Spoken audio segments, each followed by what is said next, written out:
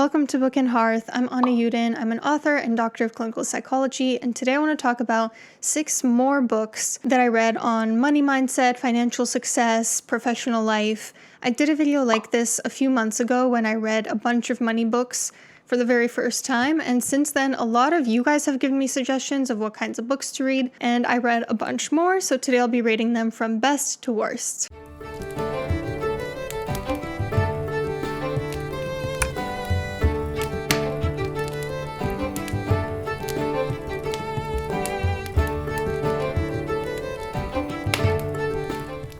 Here they are here, holding them with one hand. So by far, the best book that I read on this topic is The Magic of Thinking Big by Dr. David Schwartz. So I wouldn't say this is explicitly a finance book, but it is an incredible self-help book that has the power to particularly impact people in their professional financial sphere. It's more of a book on mindset, which I personally love. I'm a lot more interested in books that help you get at the mindset towards money rather than the specific financial behaviors. I just find that a little dry. There's a reason why I wasn't trained in it, because I'm much more focused on the psychological pieces. This book makes a really strong argument for how to become more optimistic, more charismatic, how to develop self-efficacy and optimism, how to have a growth mindset, how to foster personal integrity. I usually take notes from nonfiction books that I read. I describe how I do that in the personal growth journal. I have a prompt in there for, how to journal after you've just finished a nonfiction book. And this book took up like 5 pages of my mental health journal. So I learned a ton from it. I would really strongly recommend it. And also I would say,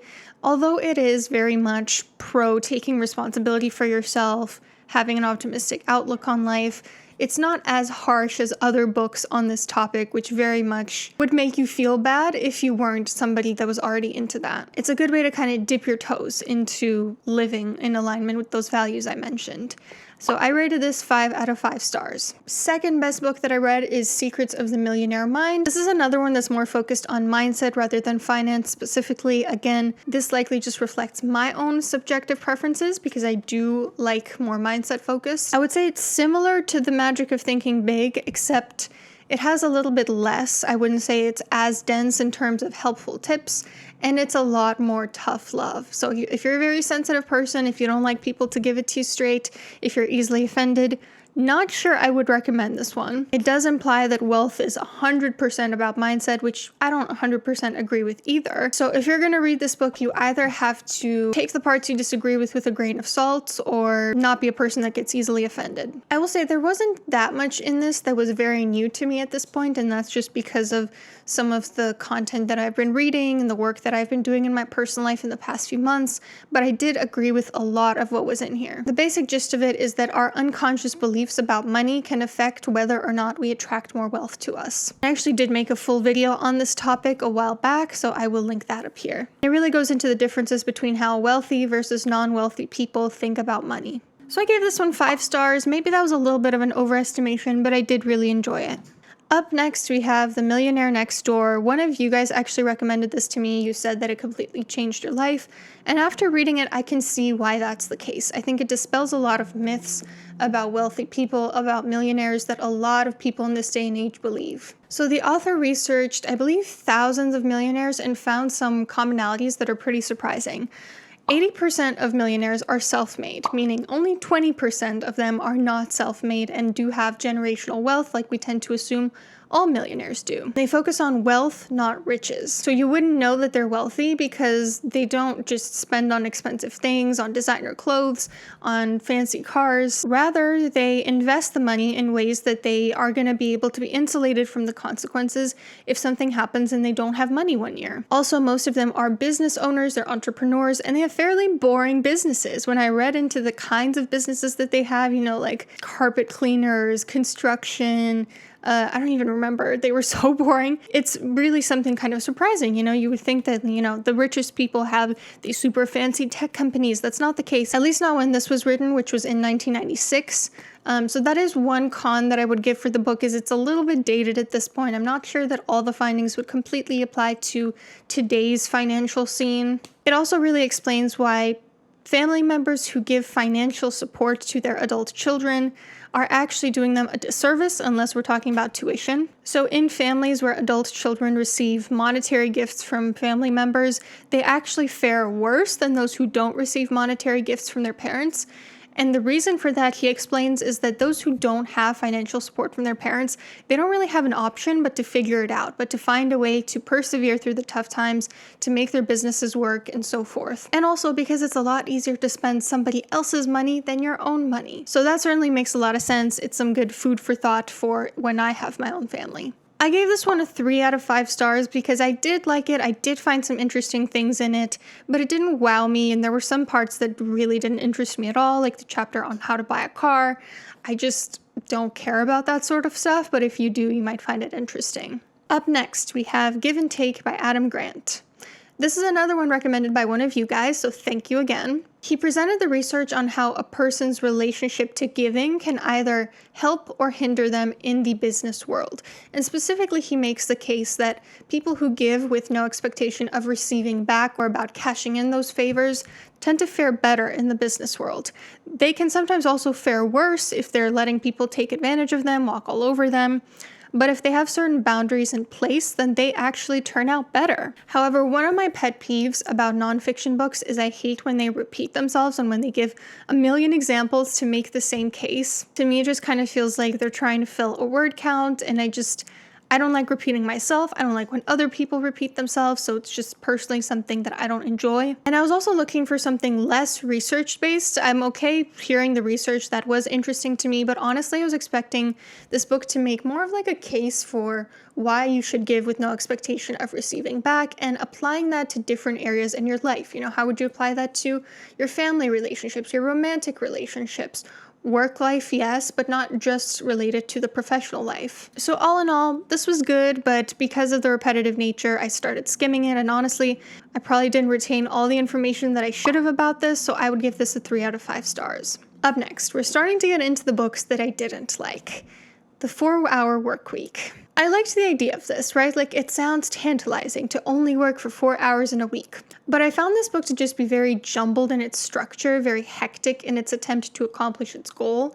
I didn't feel like there was really one cohesive argument tying all the different parts together.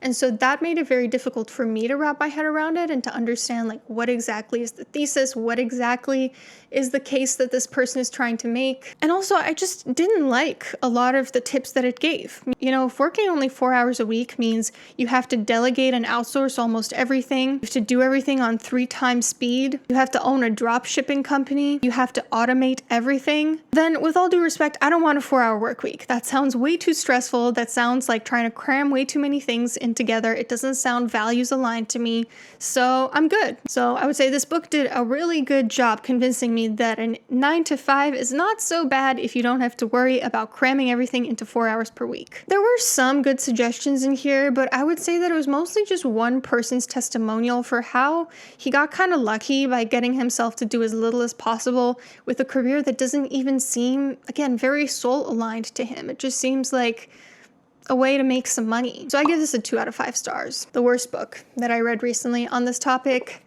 Your Money or Your Life by Vicki Robin. I was so disinterested in this book that I was just skimming through it frequently. Whereas the 4-Hour Workweek would say, do as little as possible, this one argues, spend as little as possible. Let me give you an example. The author advocates for keeping track of every cent. That's not an exaggeration, every single cent. She says, why every cent rather than just rounding off to the nearest dollar or using approximate figures? Because this helps to establish important lifelong habits. After all, how big is a fudge factor? How close is close enough? If you start cheating, even just a little bit, that little bit tends to get bigger, and soon you'll find yourself thinking, well, I don't have to write everything down, just the major expenses. And then, well, I've done this for a month now, so I think I'll start rounding it off to the nearest 1,000.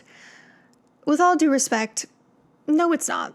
The author of this book literally argues about spending on everything, even the things that you should arguably be able to savor in life, like traveling to different places. Yes, she even argues against going on vacation. She says, as your handling of money gets clearer and your life becomes more satisfying, you will have less of a need to vacate. Consider relaxing closer to home. You might even enjoy taking a vacation in your own house, a staycation.